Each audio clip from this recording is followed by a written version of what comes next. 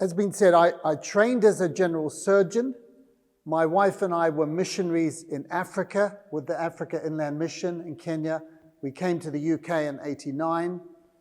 We spent 2 years at a missionary training college, All Nations, and then God called me out of clinical medicine into working with Christian doctors, but in evangelism, mission, integrating faith and practice, all of these things. So I spent 9 years with the Christian Medical Fellowship, 4,000 doctors, 1,000 students in the UK as Head of Student Ministries. Then I was 19 years as the CEO of CMF. And then 6 years ago, I moved to the, you have to listen very carefully, International Christian Medical and Dental Association. And this is an umbrella body for all of the Christian medical associations around the world. We have 107 affiliated movements at the moment. Some people say that the ICMDA really stands for the International Christian Marriage and Dating Association because of the number of cross-cultural marriages we create unintentionally between Christian doctors and dentists around the world. So the reason I think I've been asked to speak on this issue is because when I was at the Christian Medical Fellowship for 18 years while I was the CEO, between 2000 and 2018, I as a result, or as part of that work, I had to do a lot of media stuff. So I have a lot of practical experience, particularly in broadcast media, in radio and television. But for the last 6 years or so, my current work does not involve that. So what I'll be talking to you from is an experience of working in that capacity, and mainly on issues at the interface of Christianity and medicine. So my experience is mainly around issues of medical ethics, abortion, euthanasia, marriage, sexuality, transgender, these sorts of things were what I was called to speak on. So, and I'll be making this point that each of us has an area of expertise, and we shouldn't imagine that we can speak with any authority outside that area of expertise. So it's best to focus on what you know something about well, particularly if you're going on the media. So Christian Medical Fellowship, 4,000 doctors, 1,000 students, but trying to be a voice for Christian values in the public square in the UK. And then while I was there for 12 years, I was the national director of a group called Care Not Killing. In other words, we should care for people, not kill them. And so this was an anti-euthanasia and assisted suicide lobby group, which brought together many organizations, some Christian, some from other religions, some atheist, even LGBT groups, disabled groups, but we all agreed that euthanasia was a bad thing. And so we worked very closely together. And what that taught me was how to use language on the media that communicates to different groups who may not share our presuppositions. And that has been the key to winning debates on euthanasia. And then this is where I am now. So 107 countries. We probably have about 60,000 doctors and dentists in 14 world regions, 107 countries. We operate in 7 main languages. You all know the current media scene in Europe. We're in a post-Christian society where most people are coming from an atheistic worldview, but they are affected by Christianity much more than they might like to admit. But we've seen the rise of militant secularism. And we see this, one very good example would be in the LGBT arena, where initially the message from them was, tolerate us. And then it became, accept us. And then it became, affirm us. And then it became celebrate us. And then it became or else. We will silence you, we'll come for you, we'll change the laws of our country, and then we will make malicious complaints against Christians in the same way that the people of Babylon and Persia did against Shadrach, Meshach, Abednego, and Daniel, and then let the machinery do its work. So it's a hostile environment, although interestingly, we're coming to the end of the new atheism, and there is a new openness, I believe, especially among public academics, to Christianity and the Christian worldview. So then there's the global village. We're all connected now in a way that's never happened in history through social media and the media explosion, an exponential proliferation of radio stations, television channels, and also social media and blogs. So it's possible for many people to live in a tiny echo chamber or silo of others who speak and think exactly the way they do. But everyone's interacting. How does the media work, and particularly the broadcast media? Well, many years ago, journalists used to get in their car and go out and interview people and take notes and come back and write an article. But now they if you go into a big media operation like in the UK, Channel 4 or the BBC or whatever, you come in and there's hundreds of people sitting in front of screens. And what they're doing is reading the news. And they're reading the news from every other channel. And so they see this here and they get, oh, let's talk about this, let's talk about this, let's talk about this. So it's just, can I refer to Act 17, brother? Do I have permission? So, in Athens, everyone liked to talk about the latest thing, didn't they? And that's, thank you, brother. Give me the references if I make any more references. But it's what we call a shark fest. So you throw a bleeding animal into the ocean, and the sharks, they all come and they all want their, like the piranhas, they all want their flesh. And that's what the media's like. Oh, there's this story, so let's all go here. Oh no, there's this, and they're all here, and this is how it works. And then social networking, of course, dare I even confess I'm still on Facebook, but X and particularly the blogs, and then we have all the new Instagram and TikTok and so on. And then, of course, online newspapers, but particularly with the opportunity for online responses. So in the past, you'd get your print media.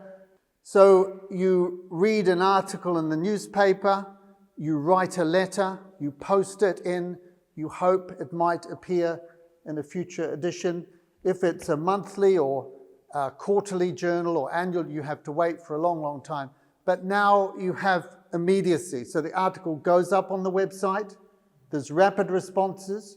If you get in really quick in the first few minutes, then get your short response up there. And then what readers do is they come in and they click for the most liked and then rank them.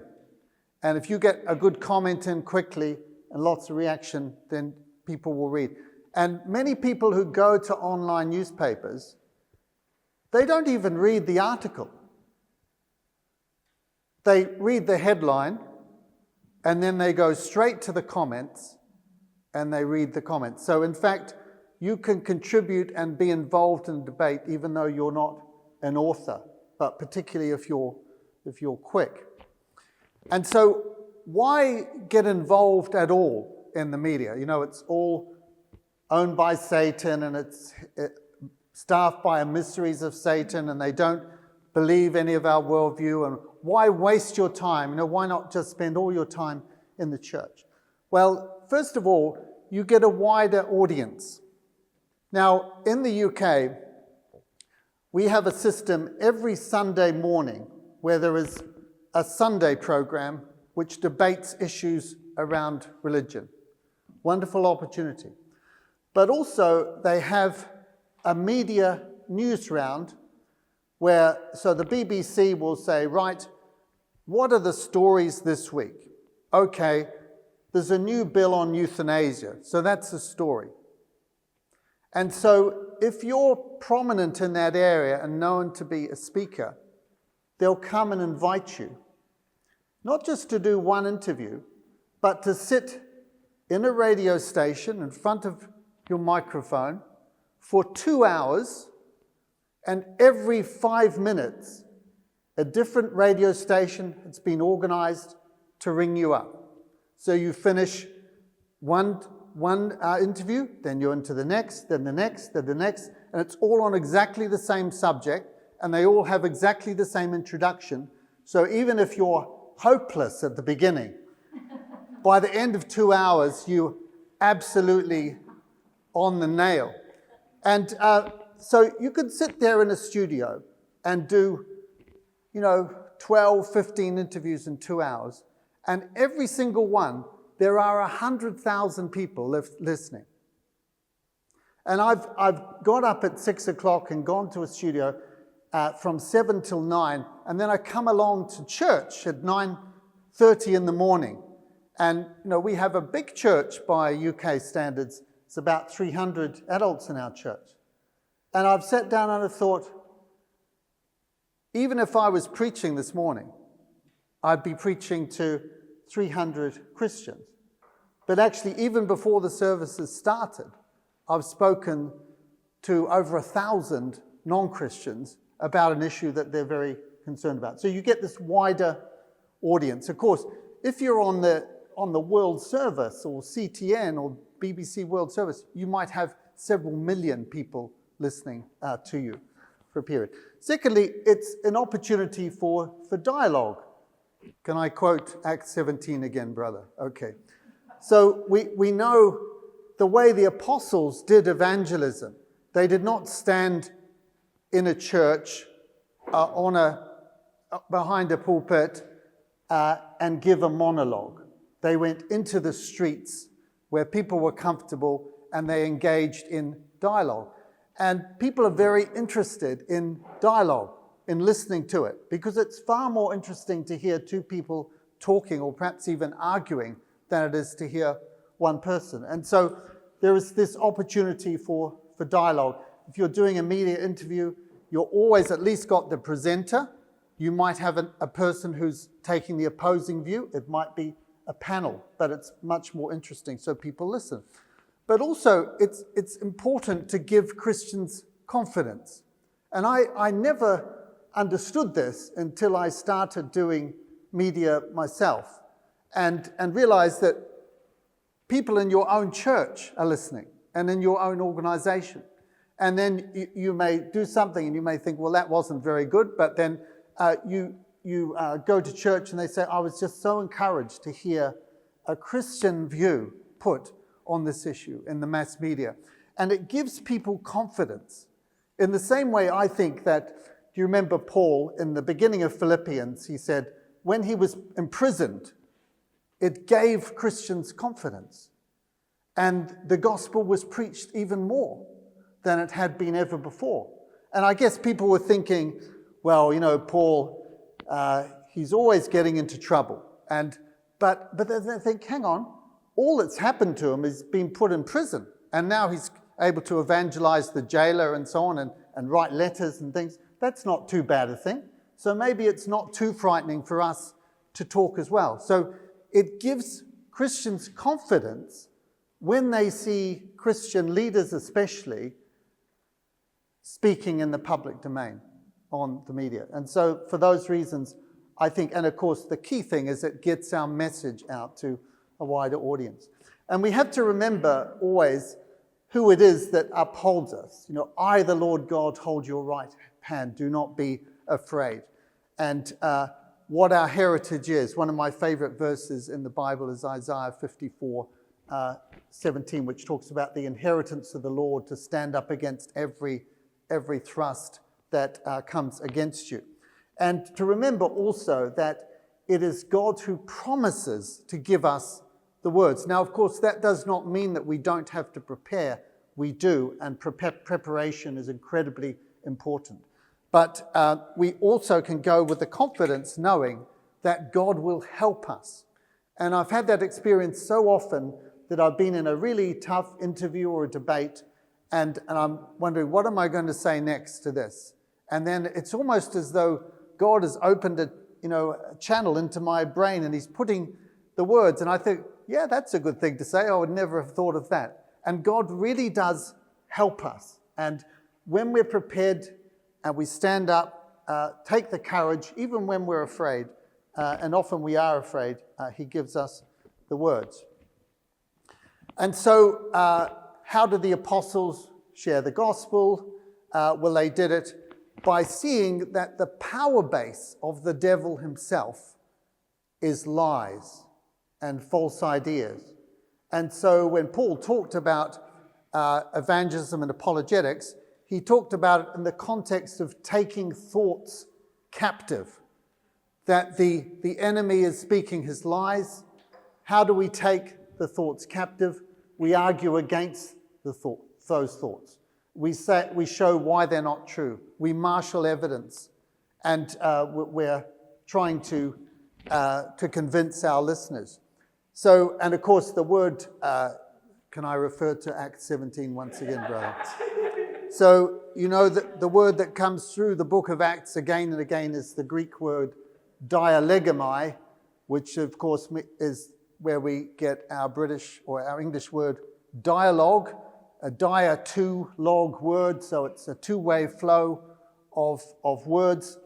And how do the apostles do evangelism?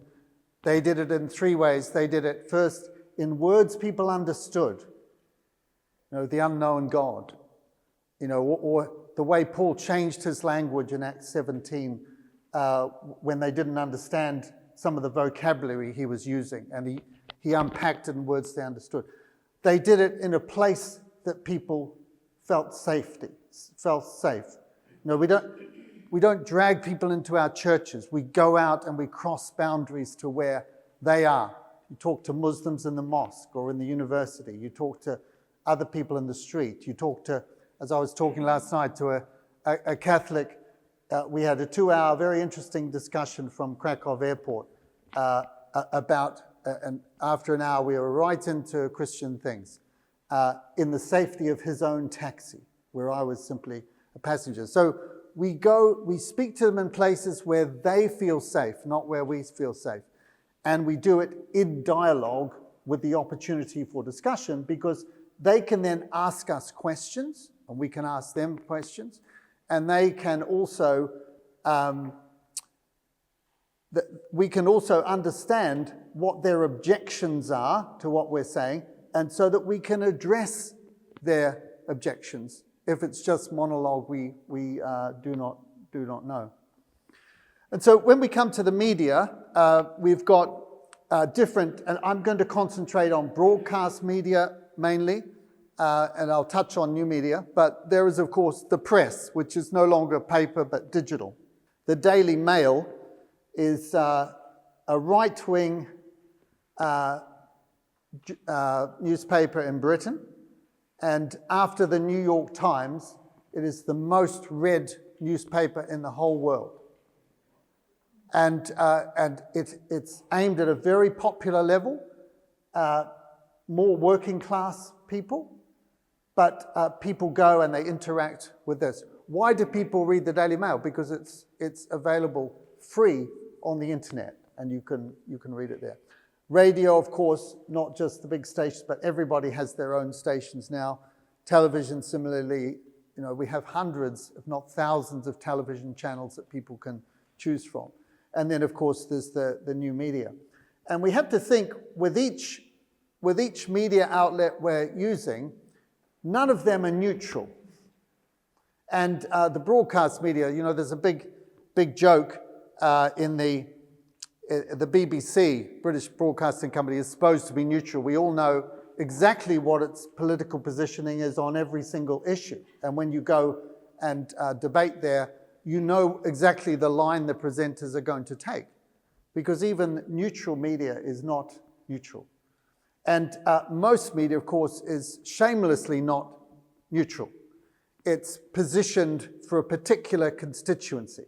And so if you're engaged in media, radio or television or print, you need to understand where the publication is coming from so that you know, firstly, the objections that you're going to get thrown at you, but also how to craft and position and present your case in a way that will resonate with the kind of people who read that newspaper. So this is Twitter, now X, of course. X is mainly for politicians and influencers, really. That's what it's there for. But if you want to reach those groups, they're very, very important. And with the judicious use of, incidentally, that picture is from New Zealand. Yeah. Do you notice the mountain? Yeah, where I did my medical internship. Yeah. We used to see that every day. Can you see any mountains like that from Oslo?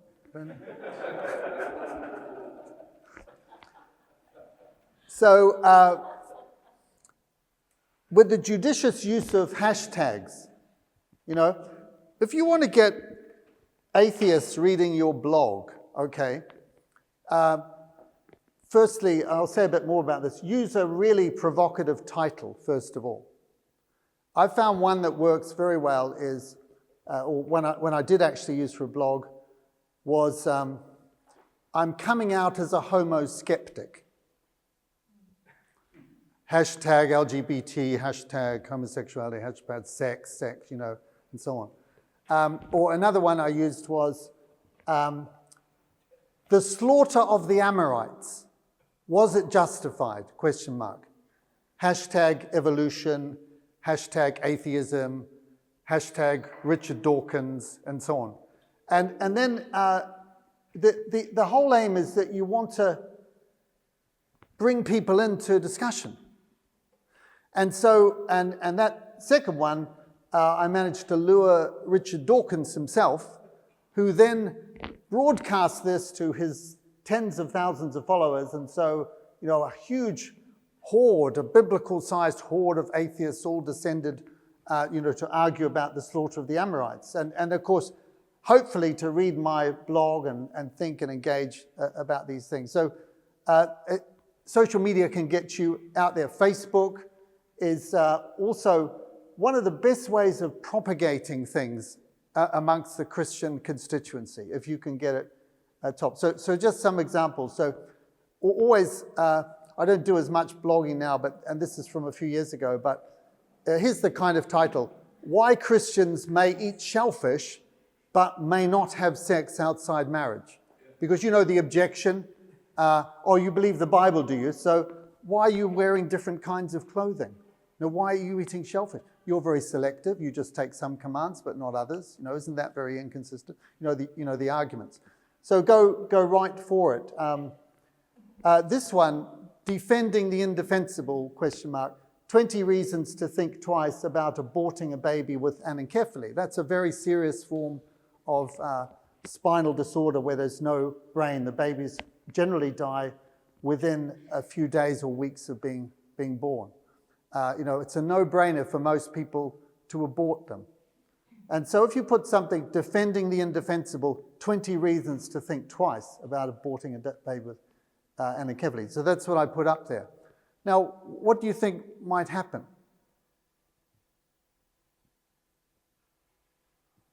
People may read it and then offer their opinion. Yeah? But particularly what people would read it?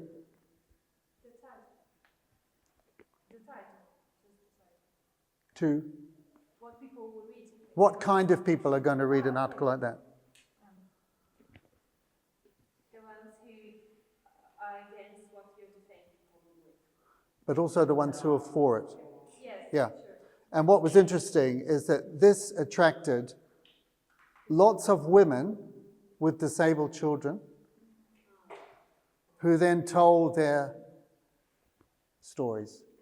And wow, those stories were absolutely beautiful because these were people who decided not to. Now, I had not anticipated that.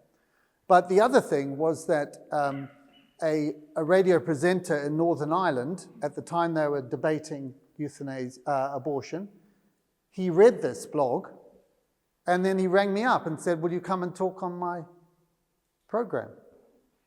And so it was just before 9 o'clock in the morning, and we got going, we're running out of time. He said, look, I happen to have a space after, could you stay for another half hour? And so we came back, and I had half an hour to talk about how human beings are made in the image of God and so on, you know.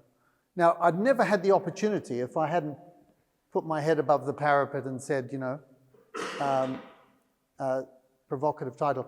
There's another one that worked very well. 12 good arguments atheists advance against Christianity. Do I believe they're good arguments? No, of course not. I'm trying to attract atheists because they love to take Christians down, you see. So they think, oh, here's some good ammunition. But it's actually a trap to pull them in. Or this one, have you seen this picture? You know? From the Vietnam War, and the village was bombed with napalm. And those kids, they're all from the same family. You may not know that, but the children are all from the same family. And of course, your eyes are drawn to this little girl in the middle who stripped off all her clothes, which were burning, and she ran down the street.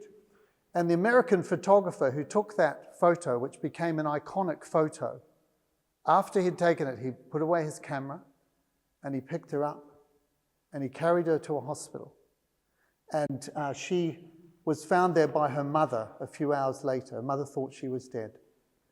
Now, we could talk about the story, but long story is this. She grew up with she had multiple operations, grew up with great scars, didn't think anyone could love her. And she was loved, and she found a husband. And as they were traveling away from Vietnam, she was being used by the communists all around the world as some kind of icon against America. And they jumped ship in Canada off a plane, and she escaped. And anyway, long story short, she got converted, became a Christian believer. She working with the UN. And I heard her speak as a woman later on in a church in New Zealand. I thought it was a wonderful story. So, and I hadn't heard the story. So I thought, well, I'll write a blog about it. So I just got the picture, put it up. Didn't imagine what would happen, but particularly in South Asia, people got the story and then they propagated it all around on Facebook sites and so on, and it was read by hundreds of thousands of people, you know. And I could so easily have thought, oh, that was a good story, and, you know, gone on.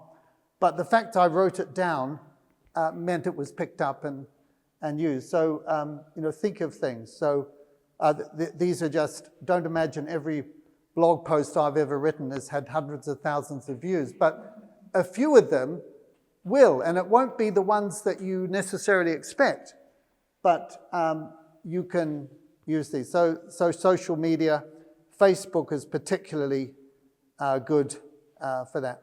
So let's come back to broadcast media, and first realize that no one can be an expert on everything, but there are things that all of us are experts in, and that we know much more than any journalist about. And don't be fooled to think that television and radio presenters know everything. I tell you from experience, they know generally nothing about the subject they're going to interview on until half an hour or so before the program, and then they become experts enough to make people look silly if they don't have the skills. And then half an hour later, they've forgotten everything and they're on to the next thing again. And so if you know a lot about a particular subject, then you're going to know far more than you need to fill a 5 or 10 minute interview slot and see it as an opportunity. And in fact, what I've learned is you can become an expert very quickly on things if you have the basic knowledge. So a new story breaks in an area that you know something about. and I've been in this situation, they say, can you come on the news and debate this issue in half an hour or in an hour's time? And I look at my watch and think, well, I could actually, I don't know enough about that subject, but I know how to quickly get up to speed on it, and then I'll choose 2 or 3 articles, read them, synthesize it, get the major points, and then when the interview comes up, I'm ready, but also be ready to say no. Don't be tempted into areas where you really shouldn't be doing it, and it should be someone else, and be good to refer. And it's, you may not end up on the news, but if a journalist rings you for a conversation, you can have a profound influence on the way that subject is presented in that off-air discussion with them. And you can also direct them to someone who's a real expert on that. So, it's not just what we say, it's what we can do behind the scenes. So, if you really feel you should do that, you have to learn to say yes. Those situations where the mouth says yes and the body says no and the mind says no. But there is a moment where, you see an opportunity and you say yes and you're committed, I will do this. And recognize that it is never convenient. It always involves having to not do something else.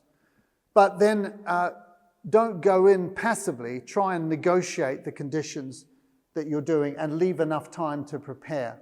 Now, of course, I got to the situation with issues like euthanasia, where I'd done hundreds of interviews, and I didn't really have to think much because I knew the main arguments and how to put them, and I almost had the sound bites memorized. But if it's a new issue, it will take much, much longer to be ready. And you should never, ever just try and wing it.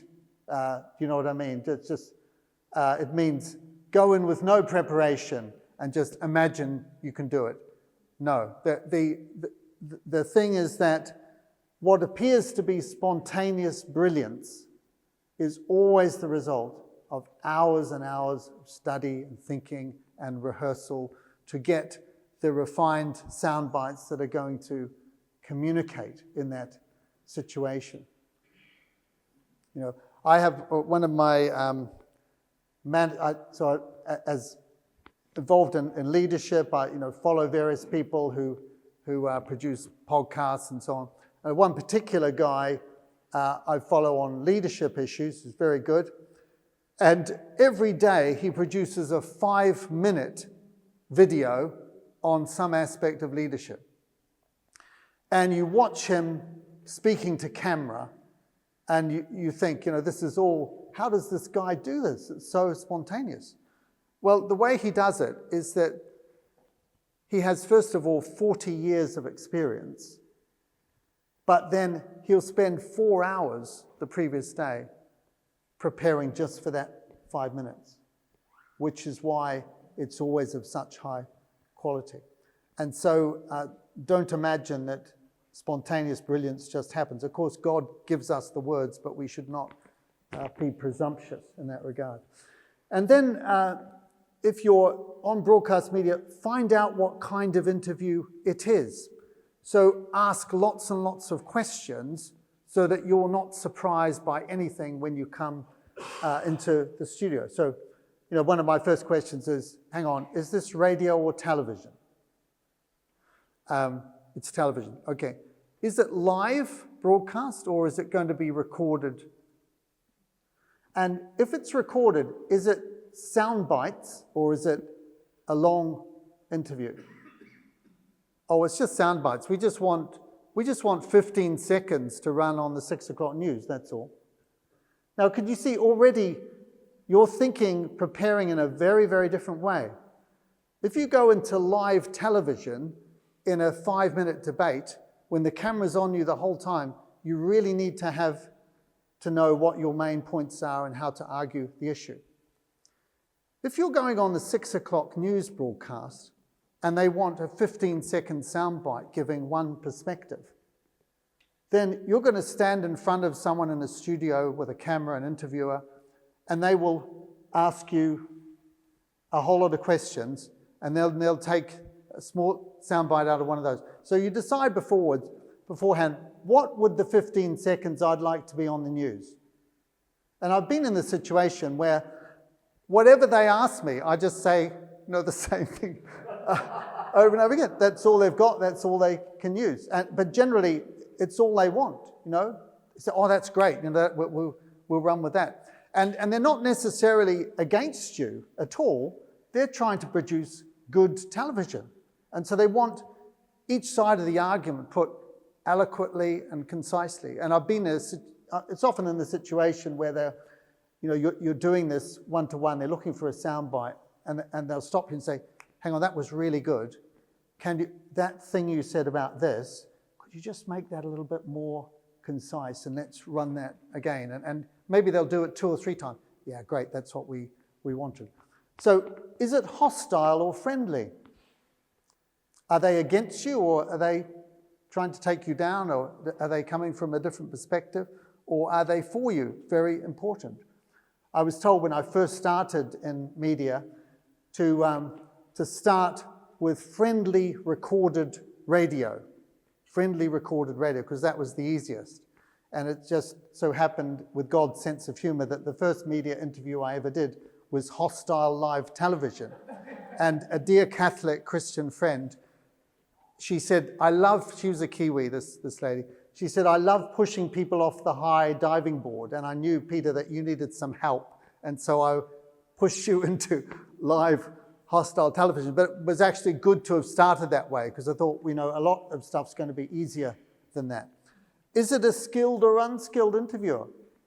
If you're on the BBC Today program, you've got the best interviewers in the world. They'll fillet you and dissect you if you're not careful.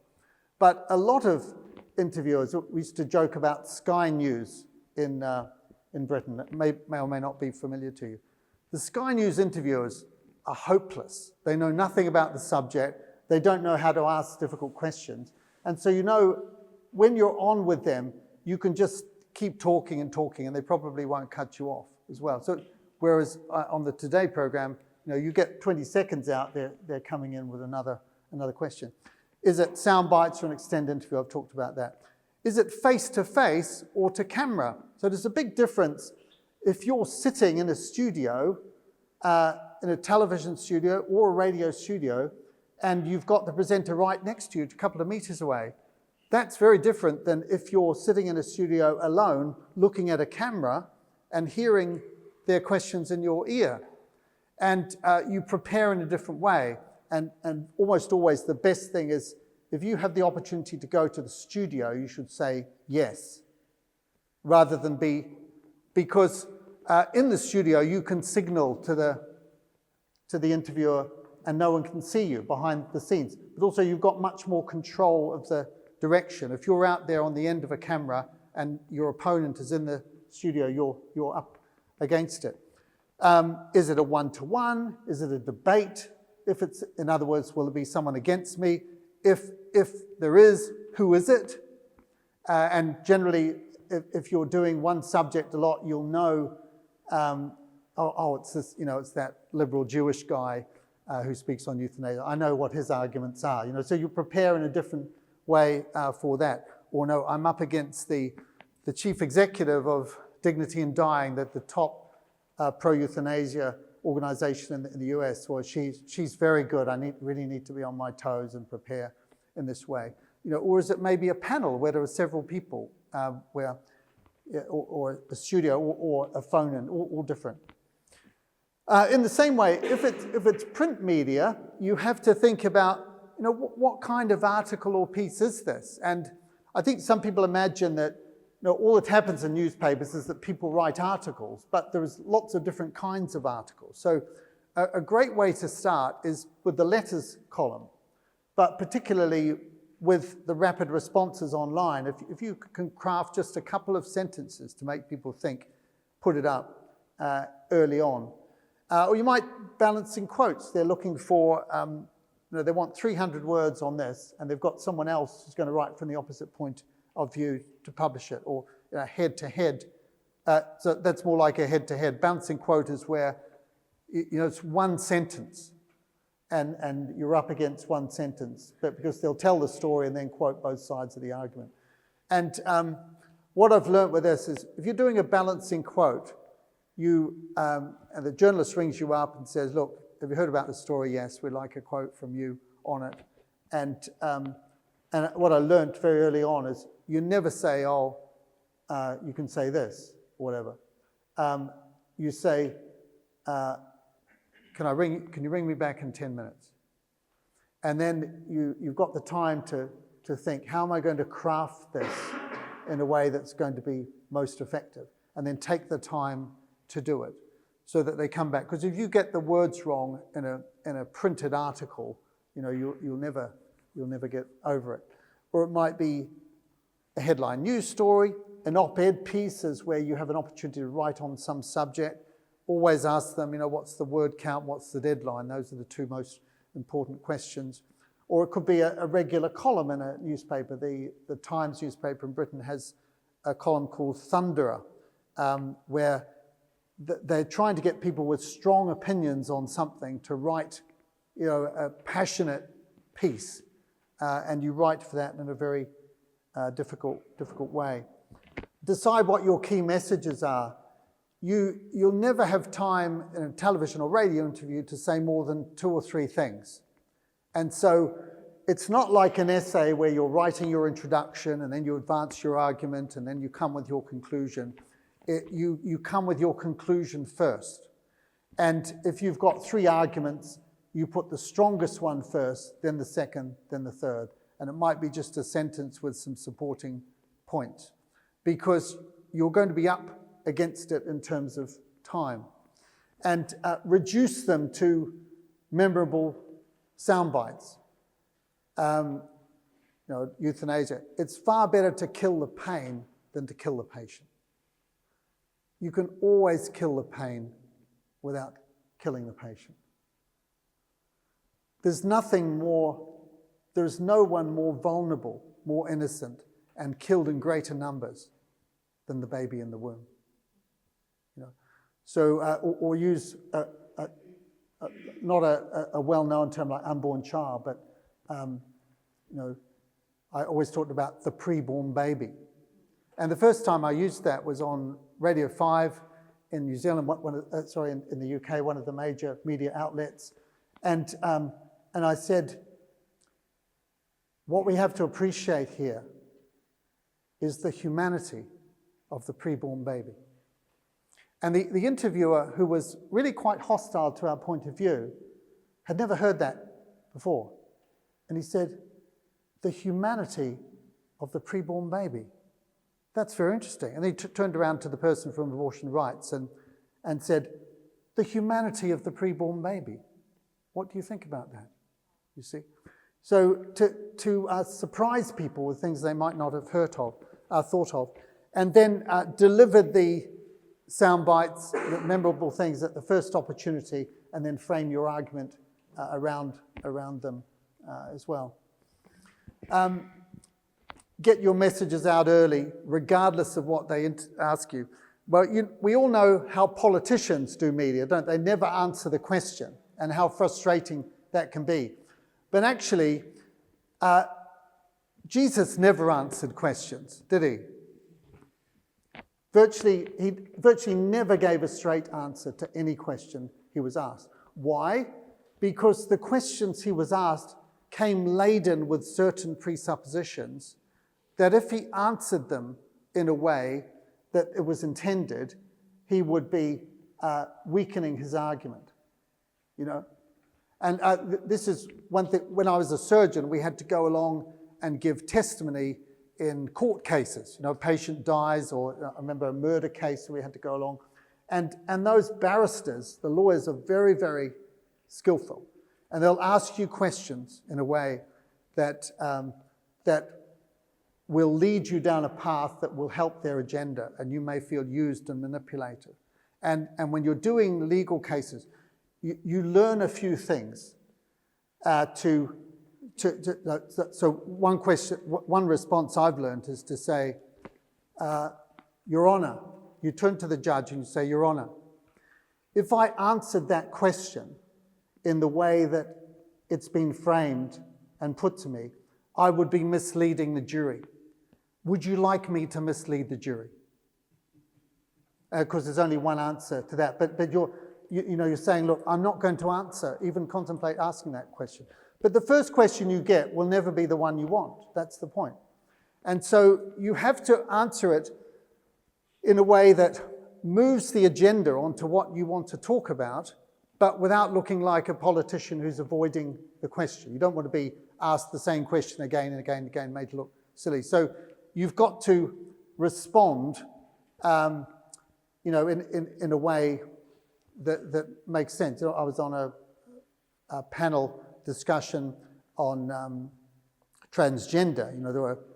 There were sort of 50 of us sitting there, but the four of us along the front were the ones who were going to get the most questions. And the first guy was a trans woman, so a man who, with long hair and female hormones and all the rest. He got 3 minutes of just telling a story with no interruption and lots of oohs and ahs. And then the next thing, he turned around to me and said, so you, Dr. Saunders, of the Christian Medical Fellowship, if your son wanted to change genders, would you stop them? So you've got, and I can't even remember exactly what I said then, but what I said was that I answered the question very quickly, so I wasn't avoiding it. But then went on to say, but the key issue here actually is this. What is transgender? When there is a dichotomy between what a person's body is saying and what their mind is saying, is this a person who is a woman in a man's body, or is this a man who has a false belief that they're a woman? You see, so you turn and then you're putting it back on the stuff that you really want to talk about, and then you can say, well, most doctors actually still think of transgender a bit like anorexia, that the problem is a person has a false belief about their body, and that if you go with that, you can actually do them a lot of harm. So don't dodge, but always, and I've found a very useful thing is to say, but the key point is, or the key question we're debating is, or the real issue here is, and then the thing is, people won't, 30 seconds later, they won't even remember the question that was asked by the interviewer, because they're thinking of it in the way that you've reframed it. Tell stories, nothing can trump a testimony, and if you can tell a good story that grabs people's hearts, it's often more persuasive than an argument. And as I say, smile or give humour, particularly within a British culture. You don't want to be put into a situation where you are getting angry or tense. You've got to be as relaxed as you can. If they don't cut you off, just keep talking. I'm talking about the Sky News people. They ask you a question, just keep talking. Keep talking, making your points, and do it in a way that if anyone cuts you off, they're going to look rude, and just monopolize and take as much of the time as you can. But then, if other people are speaking, don't try and speak over them, and certainly don't get aggressive or angry. You've lost it.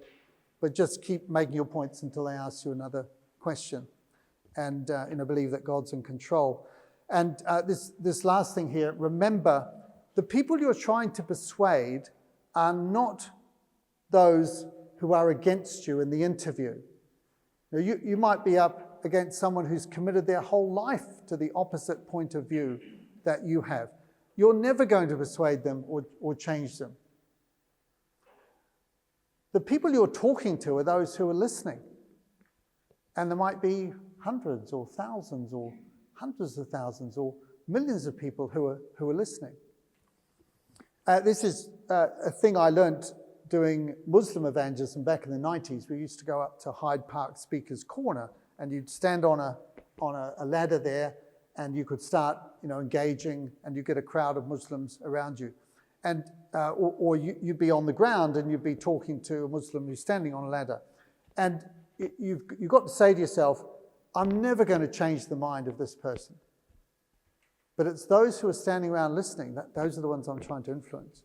And after those interactions, you'd walk away and 3 or 4 people would follow you and they'd have more questions. And those are the ones that God's really preparing to have a good conversation.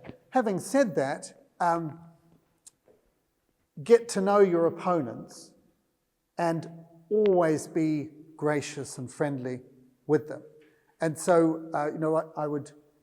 you meet the same people over and over again. You arrive at the studio beforehand. You're sitting there together.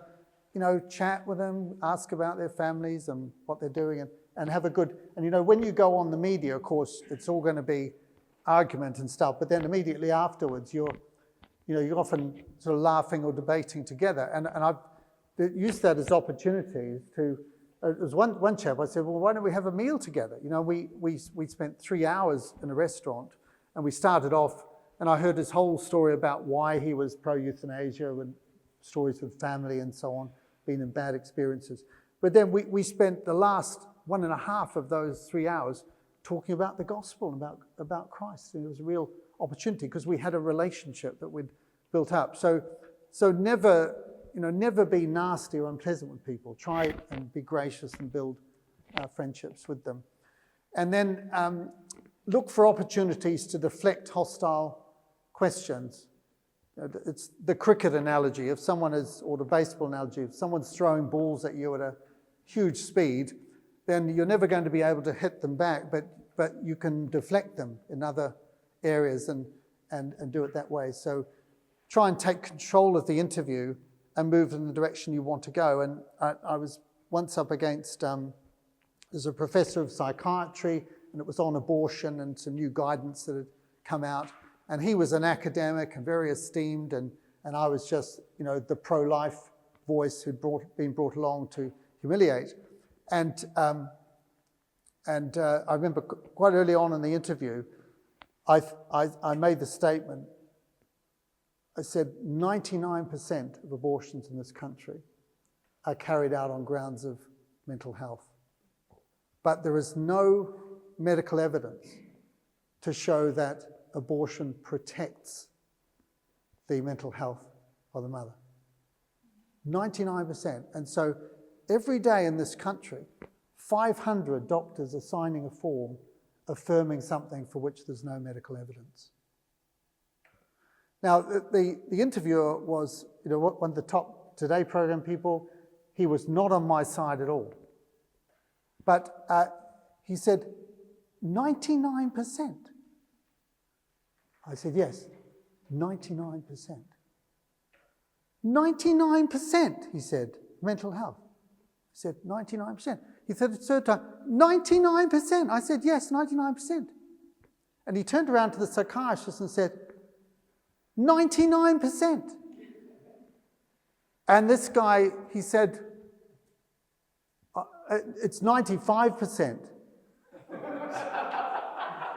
Well, I mean, it was, of course, 99%. I knew my facts, but he lost the argument in that moment, And that was one of those God moments where, I just had a thought to say something, said it, and then the Lord used it to turn the argument in our favor. And I hope that everyone listening went away knowing something that they didn't know before. Play the expert card is, realize that if you're in an interview and it's something that you've spent your whole life studying and know really, really well, you will know much, much more than the person interviewing you.